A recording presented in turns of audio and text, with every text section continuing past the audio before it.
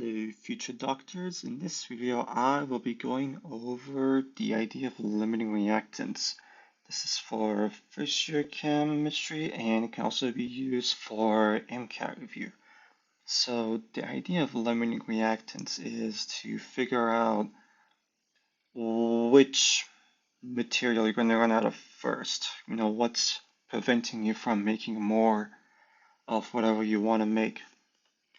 So for example, if you are trying to make water, we have our H2 plus O2 makes H2O. And if we were to balance that real quick, we would see that there is a 2-to-1 ratio of hydrogen to waters. So let's say we had 4 moles of each, right? 4 moles of H2, 4 moles of O2. We can see that the H2 is in a 1-to-1 ratio. So that means that with 2 H2, we can make 2 H2O. So if you have 4 hydrogen, that means that we can make 4 moles of water.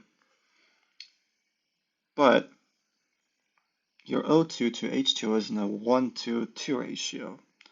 So if you have 4 moles of O2, that means that we can make 8 moles of H2O. So we can see that our hydrogen is our limiting reactant. And, we're going to run out of hydrogen first, which is preventing us from making more H2O. So let's do another example of that. What if I have 2 aluminum plus 3 CO2, and I'm trying to make aluminum chloride. And the molar mass of aluminum is 27 grams per mole, and the Cl2 is 71 grams per mole, and my AlCl3 is 133.5 grams per mole. So what would happen if I started out with, say, 54 grams of aluminum, and I had 142 grams of chlorine. Now you notice that this is grams, and this equation, this balance equation here, deals with moles. So we're going to have to turn grams into moles. So let's go ahead and do that. 54 grams of aluminum, and then 1 mole of aluminum is 27 grams per mole.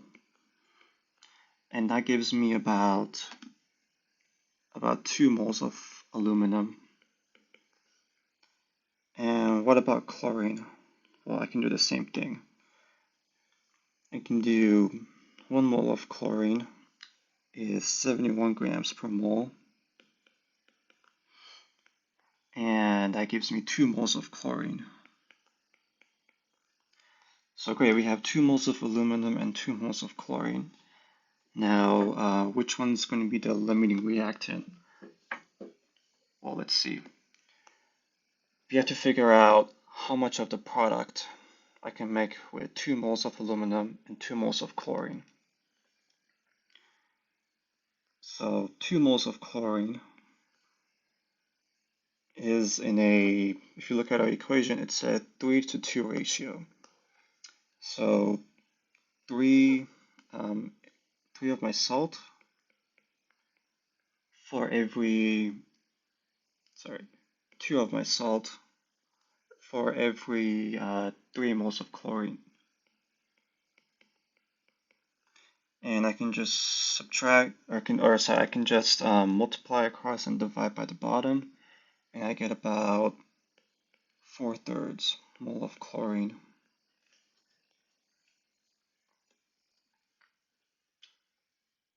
Right. And what about aluminum? So 54 grams of aluminum, and if I turn that into moles, no, sorry, yes, 54 grams of aluminum.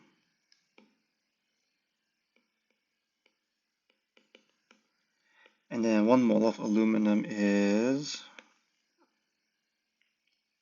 27.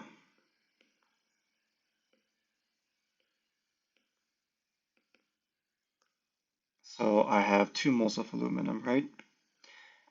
And if you look at the ratio again, it's a 1-to-1 ratio. So 2 moles of aluminum will give me 2 moles of my salt. So 2AlCl3. Now we can see that, well, this equals about 1.25 moles of aluminum chloride. So we can see that I make less of my product with the chlorine. So that means that my Cl2 is the limiting product,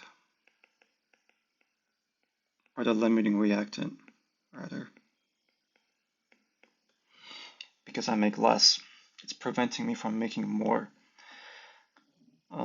So yeah, that's about how you do limiting reactants. It's pretty simple. Just have to remember to balance your equation,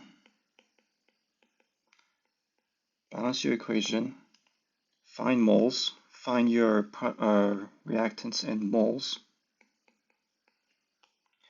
and then figure out how much product each reactant makes, each mole of reactant makes. And then whichever reactant makes less moles of product, that is your limiting reactant.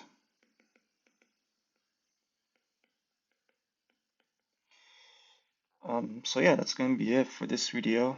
I hope it helps, and subscribe and like, and I'll see you in the next video.